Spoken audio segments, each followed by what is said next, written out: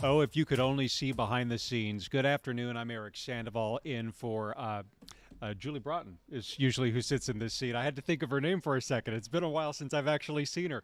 Thank you so much for joining us for Take Six this afternoon. This is a time where, we step away from the studio, we sit down, just relax a little bit, and talk about some of the stories that we're working on. Now, just in case you didn't know, News 6 is hitting the road on Thursday of this week. We're going to be going to Osceola County and Kissimmee and really spotlight and uncover some of the things that you may not know about Kissimmee.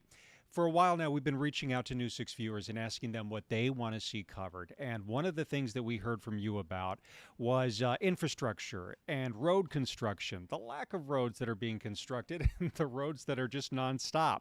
We sent News 6 investigator Mike DeForest to check out some of that, and he now joins us live. Hey, Mike. Eric, how's it going? Good. What'd you find out? Well, you have driven down in Osceola County, the 34774 zip code area. Many times. And it's kind of an interesting dichotomy. People are very, very frustrated about the current state of the roads out there. Say the traffic gridlock is just unbearable, but then they also complain about the fact that there is a lot of construction. Well, what we're going to be showing you here tonight is that so much of that construction is being done to relieve the traffic gridlock. You're going to have to be patient. It's going to be a couple of years yet, but there are several major road projects going on right now that, yes, are backing things up in the current state, but it promised to have big improvements over the next few years. We're talking major roads that a lot of folks use down there: Boggy Creek Road, Simpson Road, Neptune Road, Parton Settlement Road. All of those are being widened, not only to alleviate the current gridlock out there, but also future growth. They say that development and growth is just expected to continue very much into the future there, and some of those roads could see a doubling of traffic volume over the next 20 years. So, wow. In addition to relieving the existing congestion, they need to prepare for that. So that's why we're seeing so many construction barrels. But the good news is that relief is on the way. So, Mike, you have been reporting here in the Orlando area for how long? More than 20 years now, right? Yes, back when I think it was horse and buggy on those. We were using solo cups and string to broadcast every night. Yeah. So in the 20 plus years that you've been reporting here in Central Florida, I can only imagine the changes in the road traffic in the Osceola County area that you've seen personally.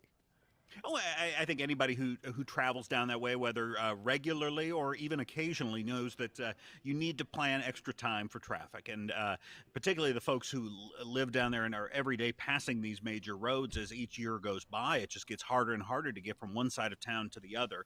And so that was part of the reason that the Osceola County Commission kicked off this major road building project. It's actually been underway since about 2019 when they first started allocating the funds for this. But it's only been in the last year or two that we have really seen the shovels start to move dirt out there and seen those construction barrels go up. So the work is well underway, and some of the projects are actually done.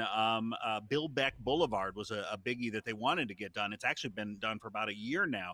Okay. Several of the other projects we're looking at another 2 to 3 years. So again, the county urging folks be patient, but once it's done, they expect to see vast improvement. Okay, and I don't want to give any spoilers away from your story tonight, but I think the $1,000,000 question that everybody's asking who lives in that area, especially St. Cloud and over to Kissimmee there, when are they going to see some relief? When are they going to finally see those results? Every road project's a little bit different, but the county's saying most of them should be done in about 2 to 3 years. One thing to point out is, even though so much focus is on the roads and we're seeing a lot of road widening, since they're going to be digging up those roads anyway, one of the neat improvements you're also seeing are special enhancements for pedestrians and cyclists. Most of the roads, besides getting wider, they're adding a new sidewalk along one side and in many cases a multi-use lane over on the other. They realize that not only do folks want to be able to cycle and walk and hike to where they're going, but in addition, they need to be able to make that safer for those folks. And so we're seeing those improvements. And there are some areas, I know, like one section of Simpson Road is very close to being completed. We were out there the other day, and it is just really nice in terms of not only more pavement to drive your car, but also these multi-use paths nearby that I think folks are going to really enjoy once they're done, and you can go from end to end. I live in downtown Orlando, and I have to say, in downtown, you see a lot of those scooters. that people can rent and buzz around. Do you see a lot of scooter traffic along those routes? We didn't yet, but I Yeah. imagine that is going to be one possibility. I Until now, bet. you really couldn't. So many of these roads that we're talking about were two-lane roads, no sidewalks in a lot of areas. It was Wow. back, they were put in when much of Osceola County was rural, and now development is creeping up and expanding, and so I think it's all getting modernized, and then perhaps we will see more of those scooters buzzing around. Yeah, it's not rural anymore. Not a That's bit. for sure. Mike DeForest, hey, when does your story air tonight, Mike? 6 o'clock tonight. All right, we will see you at 6 o'clock tonight on News 6 and News 6 Plus. Mike, thank you so Catch much. you then, Eric. Of course. Okay, the other big story today, if you haven't looked out your window yet, the weather's drastically changed. No more hot, sunny, summer-like weather, at least for right now. If we want to take a look at the radar right now, you can see some of that moisture starting to push into the central Florida area. But, I was watching Candace Campos this morning. She said it's just going to be a big onslaught of more of that wet weather coming in from the southwest and just coming over the state of Florida. She said Fort Myers is probably going to see 9 inches over the next few days.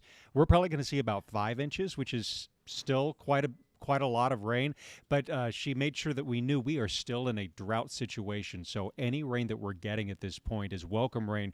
We just don't want those thunderstorms around, and we definitely don't want a hurricane. So stay with News 6, and of course here on News 6 Plus for the very latest on those weather conditions as those wet conditions move through the central Florida area.